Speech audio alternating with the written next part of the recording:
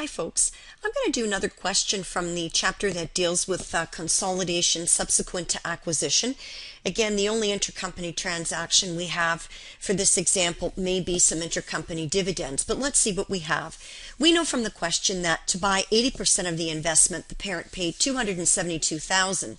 Now under the entity theory, we calculate the implied value of 100% of that investment because we assume that even though they've only purchased 80%, they control 100% of the investment. So we assume, if you believe the linear thinking, is that if you paid $272,000 for 80%, you would have paid $340,000 for 100%. And again, we get this 340 by taking 272, what we paid, and dividing it by 0.8 to determine the entire investment for which we paid 80% of. All right, now, in order to compare the value of the investment to the actual value that we received when we purchased it, we're going to compare this $340,000 to the carrying value of the sub-box net assets, which is going to be shown through its common shares and retained earnings at the date the two became related.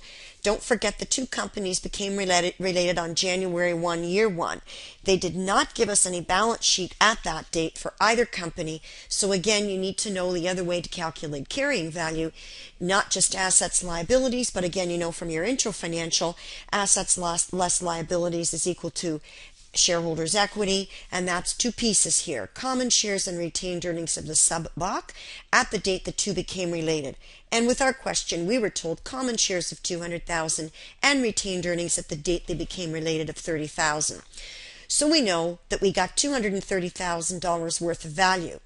But the value of the entire investment is $340,000, so our acquisition differential was $110,000. So why did we pay a little bit more, or get more value than what we thought we got? Well, don't forget, we made an assessment of certain assets and perhaps liabilities here, we'll have to see in our question, where we thought the carrying value on the subs books was different from what we, the parent, Albeniz, assessed for the fair values. So we're going to compare the carrying value on the sub-box books to that of Albeniz, what they think it's worth, the parent. So let's begin. Now, if we look at the question, it said here that inventory had a fair value which was $30,000 higher than the carrying value, or the carrying amount. So we've got $30,000 here. The land was being carried at $25,000 by the sub. The parent thinks it's worth $45,000, so there's a $20,000 increment. Equipment is being carried at $60,000. We, as the parent, think it's fair valued at $78,000, so that's an $18,000 increment. And there is also an intangible asset here, okay? Intangible assets that the sub has said have no value, but we think they have a value of $42,000, so an increment of $42,000. So if we add up all the increments, they add to $110,000. So the difference between the acquisition differential and what we allocated of that differential is 0. So we have no goodwill here. All right. So now, what's the next step? Well, again, because we have non-controlling interest, and we are 1 year down the road, or several years down the road, we need to calculate how much of these increments would have been amortized since the date we became related to now. Don't forget, we became related January 1, year 1. We are now in December 31st, year 4. So we've already been related for 1, 2, 3, 4 years, right? If you count it up. So now, how would these increments have been amortized? Well, first of all, inventory is the current asset. So it would have been fully amortized within the first 3 years. Now you'll notice the way the schedule is set up, we normally would set it up so that we are delineating in this case, hang on a second here, we're delineating here. I guess we don't want to do that. All right, we're delineating here the first 3 years that they've been related to the current year. The reason we're doing that is because anything that's in this column here is going to adjust the subs income. So when we calculate consolidated net income, we're going to have to adjust the subs income for this. This amount here, anything that we amortized of the acquisition differential on or before the current year, that we're doing the consolidated statements for, that amount of 39.9 would adjust the sub's post-acquisition retained earnings. So we like to keep these things separate. Part of this 66.8 is going to get allocated out to the non-controlling interest. So again, we need to keep that separate as well. So this was the total amount of the allocated acquisition differential. This is the amount of it that would have adjusted for the first 3 of the 4 years that they've been related, the sub's post-acquisition retained earnings, and this would adjust the sub's income for the current year in order to calculate consolidated net income. So now you'll notice that we've got 30,000. This would have been amortized in year 1, but we're looking at years 1, 2, and 3 together. Now for the equipment, it said here in the question that the equipment was being amortized over a period of time as well. Now it said here the equipment would have had a remaining useful life of 15 years. So we would have been amortizing 18,000 divided by 15 would have been 1,200 a year. Well, for the first 3 years, 1,200 a year times 3 is 3,600, 1,200 in the current year. The miscellaneous intangibles, they told us that they would amortize them over a remaining useful life of 20 years. And again, the useful lives that you see are what's remaining since the date the two became related, right? Don't forget, the sub wouldn't have been amortizing them at all because they didn't think they were worth anything.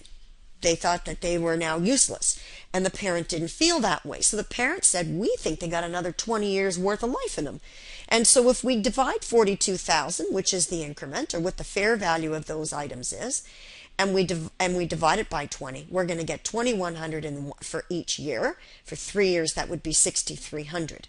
So now we have the total amount of the acquisition differential that was amortized, okay, allocated to the retained earnings from all the prior years to the current, before the current, and this gets allocated to income, okay?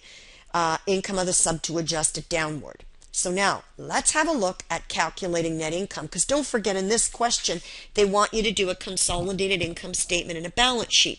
So you want to make sure that before you do your consolidated income statement, you know the check digit. So let's calculate that check digit. Well, we start off again when calculating consolidated net income for the current year. We want to look at the net income of the parent company, which they give us in the question as 29,700. All right. Now, what are we doing here? We're taking out any dividends that the sub got or the parent got from the sub. It said here that the dividend income that the parent got was 6,400. We can see that on the statements. It's 6,400. Well, we know that that's 80%, right, of whatever was paid out. So we know that they must have paid out 8,000. 80% is that 6,400, right? Now, that's going to tell us that the adjusted income of the parent, Albeniz, is 23.3. Again, we just want to pick up. Don't forget that dividend is intercompany. It's not like they got a dividend, Albeniz got a dividend from an investment outside of a related party, right? This dividend is from a related company, a company that they can force to pay a dividend. So it's really not income from their own operations. So we deduct it. Now we have to calculate the sub, Bach, their adjusted income. And we said earlier, we're going to take their income and we're going to adjust it for any amortized acquisition differential. And we get that right from our chart, which is 3,300. So in total, that's 14.2 added to 23.3 gives us consolidated net income of 37,000. That has to be allocated. We allocate to Albeniz, the parent's shareholders. They get 100% of the parent's adjusted income, plus 80% because they own 80% of the sub, and that's the sub's adjusted income was 34,660. The rest of this 14,200, 20% of it goes to the NCI shareholders at 2840, and there's your total income. All right. So now we know that when we prepare our consolidated income statement, we should be showing 37,500. So let's go down, just take a peek here and see if we do. So we'll go back and calculate the other numbers that we need for retained earnings and NCI in a bit. I'm now going to just hop to the income statement. So now, how do we do the income statement? Using the direct method, we're going to take the sales of the parent, add it to the sub, and get $1,000,000. Interest income, again, we've got interest income on Albeniz's books, nothing on Bach's, and there's nothing intercompany there. All right, the dividend income is separate from the interest income. They're from two different investments. So there's $6,700 here. Notice we don't have anything for dividend income here because don't forget, Albeniz had $6,400, but it's intercompany. That is intercompany, so that would have been eliminated. So we don't have dividend income here. It's intercompany. On the consolidated statements, there are no intercompany transactions that remain because the purpose of preparing consolidated statements is to show the shareholders of the parent and any other interested parties in the parent's financial position, right, what the parent owns and controls, right, based on its own operations and what it controls of the sub, right? So the idea here is anything intercompany doesn't count. Only sales with outside parties count, right? Only dividends received from outside parties count. So now, let's go to cost of goods sold. The parent plus the subs gives us $559, and in distribution expense, the question said that any amortization expense goes into distribution expense. I will admit that's strange, but that's what the question said. So remember the $3,300 that we had upstairs here when we did our schedule? There it is, $1,200 and $2,100. They're both, this is amortization for the intangibles, this is depreciation for the equipment. It all goes in there, all right, based on what your question told you. So we got $93,300, and all we've done before that is take the distribution of each separate entity and add them up, because don't forget, consolidated statements in their preparation are at their grassroots additive, right? You're just adding what the numbers of the parent are to the sub and eliminating anything intercompany, and of course amortizing any fair value increments and decrements, which we learned in this chapter. You're selling and admin, just add the two. Same for financing and same for income taxes. So here's your net income, which you thought you should get, $37,500. So remember, if it doesn't turn out the same as your consolidated net income when you did your calculation over here, then that means you made a mistake somewhere. If it does turn out the same, then likely you've done it all right. You can breathe a sigh of relief. All right? So now that we've done our income statement, let's go now and figure out how we can calculate some of the numbers for the balance sheet. We already know that we need to find out the ending balance of retained earnings, and we also need to find out the ending balance of non-controlling interest. So here's what I do. I take the retained earnings of Albeniz, and that's the parent, right, and add to it the post-acquisition adjusted retained earnings of the sub. In this case, the only adjustments I'm going to make, there's going to be two. When I adjust Bach, the sub's retained earnings, this $30,000 in retained earnings that the sub had at the date we became related wasn't earned by the sub subsequent to the relationship. So therefore, it doesn't count. It isn't retained earnings that was earned after the two became related, so I take it out. The other thing was, now I have to reduce it also by any acquisition differentials that got amortized since the date we became related up to and including the current year at the end of December year 4, because that's the date for which I'm calculating retained earnings. So if I go upstairs here, I've not only got my $39,900 for the first 3 years, but I got to include that little puppy there, $3,300, because that's for the year 4 year, which ended right here, right? So I've got to add these two little guys together, and I come up here with $43,200. So when I compare, so anyway, the increase from today, which is their separate entity, to now, the amount of retained earnings adjusted post-acquisition that they've earned since we become related is $90,300. But don't forget, I only take my cut. Me, I'm the parent. I'm putting this on my statements. I only own 80% of this company. If I owned 100% of the company, then I take the whole thing. If I own 60% and I have controlling interest at 60%, take 60%, but it's 80%.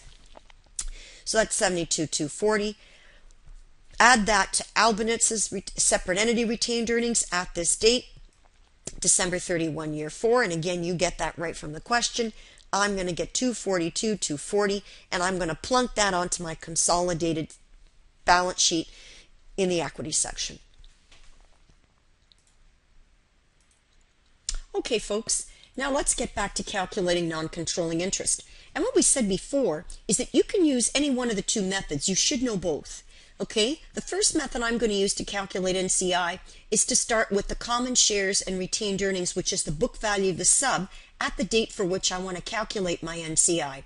Because the non-controlling interest is going to get their share of the book value of the sub plus their share of the unamortized acquisition differential, right? So in this case, what do I know? I know that the common shares and retained earnings of the sub at this date for which I'm calculating NCI is $363,500. We can get this right from the statements in the question, right? The data they give us. The unamortized acquisition differential, that's what we calculated. We just showed you that up here in your schedule, right? So this little guy here is very important, right? Gives you a lot of stuff. So now that's going to tell us that the total book value of the sub plus those unamortized acquisition differentials is $430,300. But don't forget, NCI only has 20% of the business, so they only get their cut, which is 20%. So NCI is $86,060. Now, if you wish, what you can do is you can use the second method that they show you in the text, and you can start with the NCI at the date the two became related, which was January 1, year 1. Now, you would have calculated that right up here. All right, when you calculated NCI at the date that you became related, it would be 20% of the implied value of 100%. Again, we're using the entity theory, not parent company extension theory. If the question wants you to use parent company extension theory, they will tell you. If not, you assume the entity theory. So now, if we move forward, we can do this the way you would calculate the balance of any balance sheet account. You start with the value at the January 1, year 1, but you want it at the end of year 4. So what does NCI pick up? NCI gets its share of all the post-acquisition adjusted retained earnings of the sub. So what's the retained earnings of Bach, which is your sub, at the end of year 4? Well, we know from here, and it's in your question, that it's $163,500. But don't forget, that includes $30,000 in retained earnings that Bach, the sub, earned before they became related. So out that goes. So we're only going to be taking our share of $133,500. But before we do, we need to adjust it for the acquisition differential that's been amortized from year 1 all the way to the end of year 4, and that's $43,200. Again, we used this number before, but you can get it over here. It's the total of these two guys. Again, the importance of this little schedule, right? So now we go down and we say, okay, $90,300. NCI now gets its cut, which is $18,060. So NCI is $68,000 plus the amount by which it's grown over the 4 years, which is $18,060, to get NCI at $86,060, which is exactly what we got under the first method. So both methods, if they're done properly, should give you the right answer, the same answer, and it should be the right answer, right? Now, if we go ahead and do the balance sheet, we say we can add together the cash balances of the two entities, receivables, inventories. Land, don't forget there was an increment. And I forgot to mention here, sometimes this comes up, don't forget there's zeros in here because land isn't amortized, right? We're going to deal with land in a subsequent chapter when we deal with intercompany transactions, and we're going to speak more of it there. But you know from your intro financial that, you know, land is not amortizable, so we don't bother with amortizing any increment on it, right? So we just add in the increment here in the land, which is $20,000. So in total we got $100,000. Now here's our little nemesis, accumulated depreciation, which again is part of the reason I picked this problem. Some students get really mixed up because in this edition of the text they added this concept on accumulated depreciation. So let's talk about it a little bit. Now, first of all, they tell you in the question that Bach's accumulated depreciation at the date they became related was $240,000, right? that it does say Albeniz in the book, but it should be Bach. Bach's accumulated depreciation was $240,000 at acquisition date. So we know that that's accumulated depreciation that the parent didn't assess. The parent had nothing to do with that because they weren't related to the sub at that date. The sub set up their own useful life for the assets, everything else. The parent may not agree with that, right? But regardless of whether they agree or not, that's not something that was assessed by the parent. First of all, under the acquisition method, we know that the parent takes onto its books the carrying value, which is the net value, plus the fair value increments, right? So it's not picking up any accumulated depreciation in that account. So we get rid of it. So we remove the accumulated depreciation here, right? And we write it off against the plant and equipment at cost. So when you take away this 240 from the original cost of whatever you had at the date you became related, whatever that sub had, that's your carrying value that you're picking up plus the increment. Well, what do you notice here? The increment that you initially assessed was what? Was it, what do we have here? 18,000, right? That was the increment that we had. Right here, 78 less 60, right? They were carrying it at 60, increment, they think it's worth 78, so your increment's 18,000, right? So that's why we say, well, we pick up the increment, but since we became related, that increment has been amortized over for 15 years, for 4 years, right? So $1,200 a year, 18,000 divided by 15, remaining useful life was 15 years at January 1, year 1, according to the parent, divided by 15, right? $1,200 a year for 4 years, right? So that means if you've been depreciating for 4 years, the consolidated entity has to pick up $1,200 in accumulated depreciation. Now, you'll probably say, well, gee, some of these problems we don't even have to deal with it because it gives you plant and equipment at net. You're right. But don't you see that this 18,000 increment that gets amortized $1,200 a year for 4 years is exactly what's left in your schedule up here.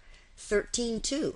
So at net, if you're dealing with plant and equipment at net, you just show plus 13.2. But these guys have separated out plant and equipment at cost separate from accumulated depreciation. So plant and equipment at cost less accumulated is your carrying value or your book value, right? So it's at net then. So together, that 13.2 rears its little head right here. 18,000 less 4,800, right? And that's your 13.2, but it's adjusted through 2 separate accounts. So that's going to give us here plant and equipment at 678, less the accumulated 194.8, miscellaneous intangibles, again, we know it's 33.6. How do we know? Well, go back to your schedule.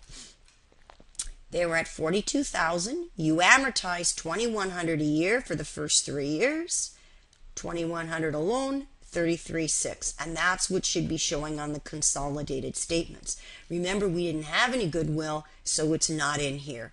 And we come up with the asset side consolidated 954.8. So we're just going to say a couple of Hail Marys and Our Fathers and hope that the liability and equity side works out, but no problem. 130,000 for accounts payable for the parent, and the sub had 96.5. Now, here's an issue. They said to you here in the question, and this might be a little confusing for some students. It said there in the balance sheet that you've got advances to Bach of 100,000 if you look at Albeniz's balance sheet, right? Well, again, when you look at that thing, you say, well, they advanced them some money, right? If you look at the Bach side, under the liability side, they've got advances payable. So Bach owns the parent company money, right? That's intercompany. That's why you didn't see anything up here in terms of advances to Bach, right? If we did, we would have shown advances. If you wanted to put it in, you don't have to, obviously. That would have been 100,000, but it's intercompany, so I would have taken it out. And it's 0, right? So we didn't put it in here. It's just 0, right? It's El Zippo. So I didn't put it in there. But because I just tended to show it here, to show it at 0, right? So I guess technically I could have put it up here. But the idea is it's intercompany. And in this chapter, they do talk about intercompany payables and receivables. So make sure that you understand how to deal with them. All right? If they're intercompany Some companies' receivable is another company's payable, but they're not receivables and payables with receivables with actual company customers and payables with actual suppliers. They're related parties, so they don't count. So we would eliminate them, right? So we deduct. We deduct because we say that payable is not with an outside third-party supplier, so we deduct it. So advances payable are 0, and advances to Bach, 0. Now, the only thing you may have to watch is in some of these questions, when there are advances to a subsidiary company, in some questions you may find that they say, instead of setting the receivable up or advances to Bach as an asset there, sometimes they might flip it into the investment account, investment in the subsidiary company and the balance sheet. So they might set it up as an investment and put it in there. Sometimes you might see that in some of these questions. I haven't seen it recently, but you may see it in some of these questions depending on later chapters. Maybe even in the current chapter. Haven't come across it, but you may find that. But don't forget, the investment account is eliminated, so that intercompany amount would be eliminated anyway, right? But the idea is that they have a separate account for it here. Its balance is 0 because it's intercompany. So therefore, we just have the common shares, and again, only the common shares of the parent, the retained earnings we calculated earlier, as well as the NCI. So thank goodness, our balance sheet balances to 954.8. So now what I'm going to do, I don't have room to do it here, but in any case, you'll see when you look at the video that we adjust the asset at its fair value increments, and this is part of what you paid for. So this 18,000 is the increment here, right? And this is the amortization of that increment. So again, we've tried to capture it down here so you understand, and we've explained the treatment of the depreciation in here. So hopefully you can grab those items when you're reviewing it. So this concludes our presentation on this particular problem. I hope you found it helpful.